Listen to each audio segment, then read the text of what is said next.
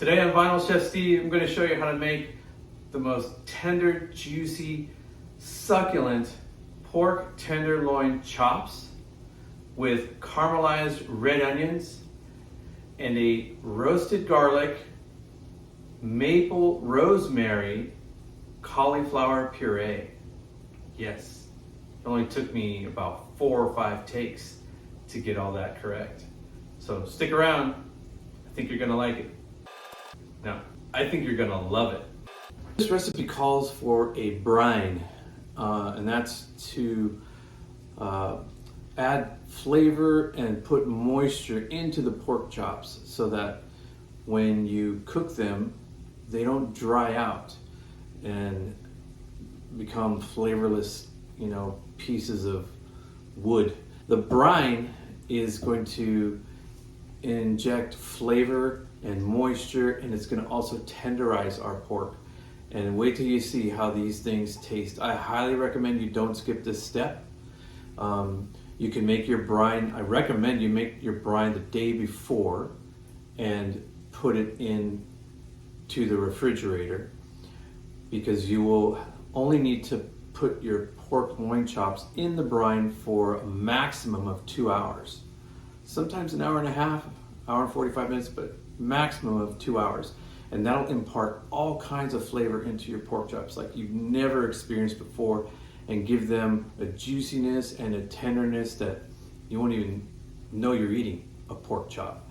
4 cups of filtered water, a teaspoon of black peppercorns, a 1/4 cup of kosher salt, 2 tablespoons of brown sugar, 1 bay leaf, and a sprig of fresh rosemary.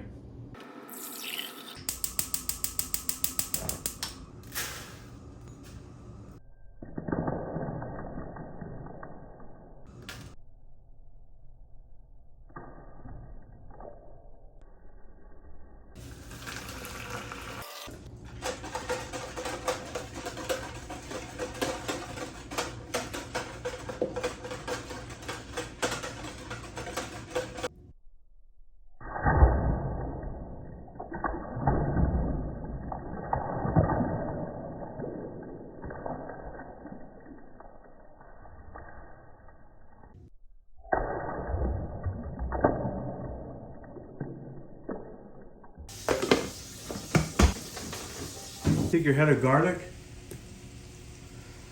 cut it in half. I'm gonna open up all the cloves, just like that. Put it on some tin foil, drizzle it with some olive oil. Sure it gets all over the top of the cloves. Fold this up. The 350-degree oven for about an hour, or until nice and soft and caramelized. Now we're gonna mash this up. So you kind of want to wait till this cools down a little bit, because you're gonna want to squeeze it and push out all the garlic cloves. See them coming up? Yeah, that's what you're gonna do. Get it all out on the plate. Just squeeze that whole head of garlic. All that good stuff's coming out of there. Yeah.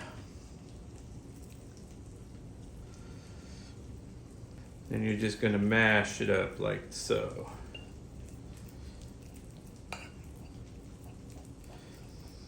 Set this aside. This is going into our cauliflower puree. The red onion. Cut your onion. Peel off the skin,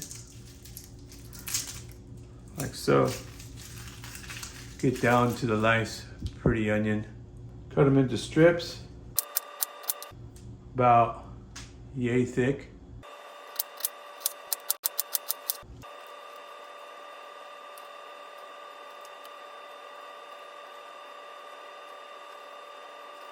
Turn your pan on high heat.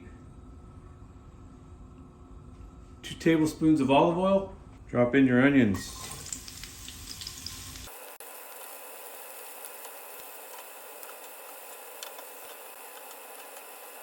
You want to come and toss your onions about every 10 minutes. You want to bring the bottom up to the top. And then you're going to start to make a mound with them like this, the best you can. Push them into a mound. And then let them slow simmer for another 10 minutes. So here we are, we're getting close to these being done, and you see what's happening to them, right? They're nice and just tender and succulent, caramelized, and kind of breaking down.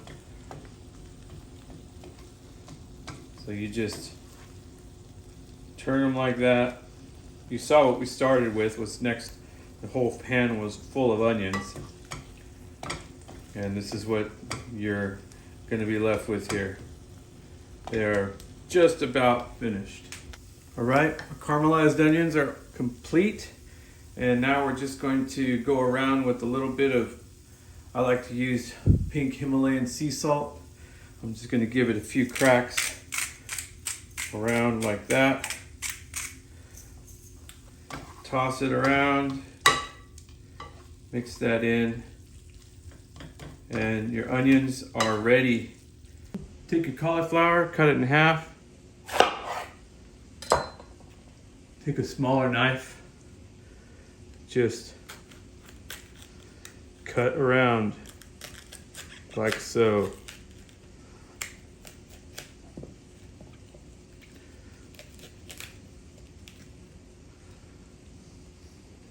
There you go. Not very appetizing.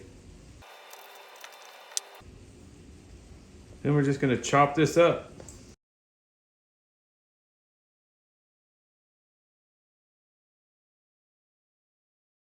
We're going to begin our cauliflower puree with 3 tablespoons of butter. We're going to add our chopped cauliflower to our butter. Get that tossed around.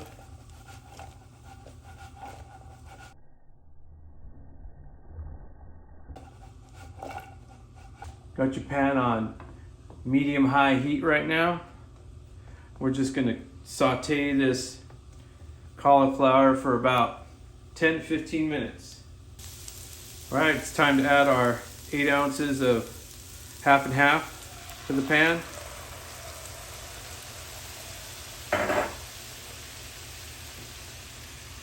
Our roasted garlic, we roasted earlier.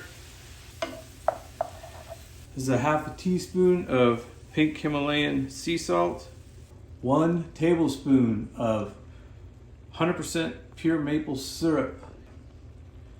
Get that in there. And your sprig of rosemary. The rosemary down in the liquid. And we're just gonna put this down on simmer and let this simmer for about 10 minutes.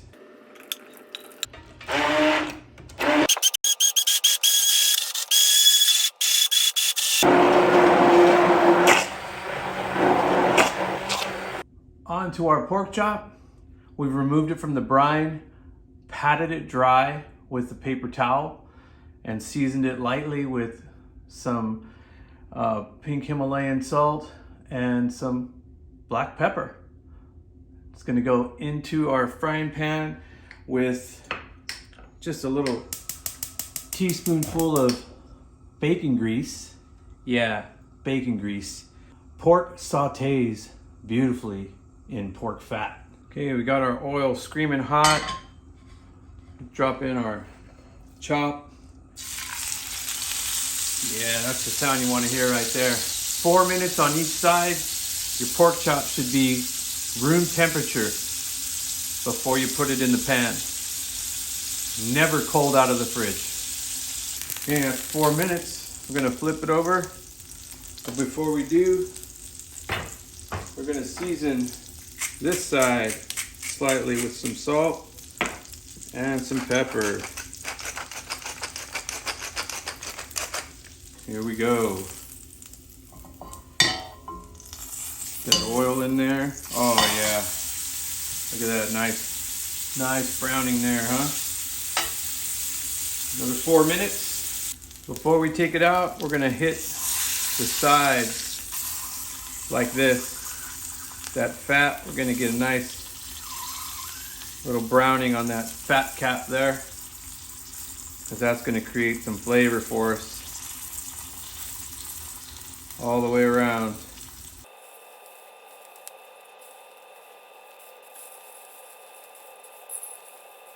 Okay, that's good. Now we're gonna take it out and we're gonna let it rest. Let your pork chop rest for about 3 minutes while you plate up your cauliflower puree. We're gonna take our cauliflower puree, nice big scoop of it, put it on the center of the plate here, fan it out nice, just like that. Another scoop.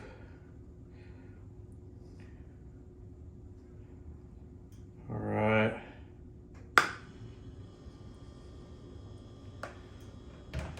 Then we're gonna get our beautiful juicy pork chop. We're gonna set it right there on top. I'm gonna take caramelized onions. Yeah. Put these right there.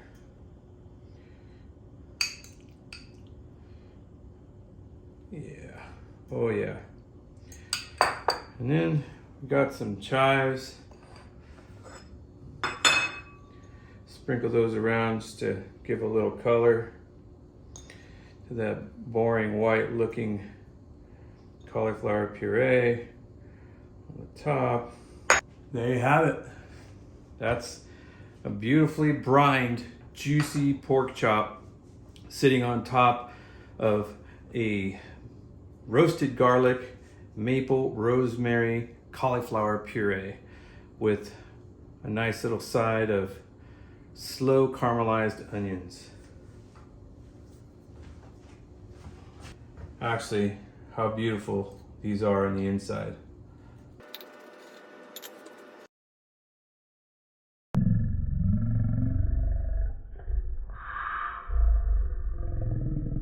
Yeah.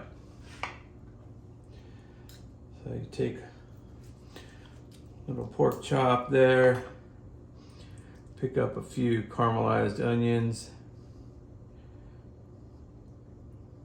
Oh yeah. Can dip some of that, get some of that.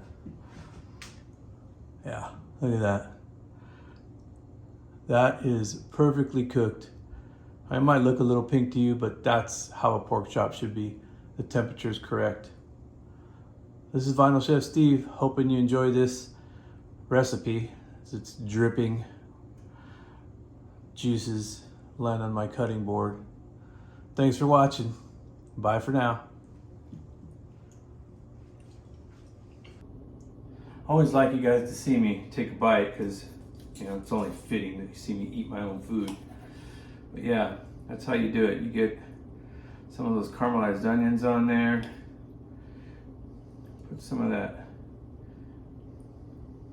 beautiful cauliflower puree. I don't know if you could see that, but oh, yeah. That is divine.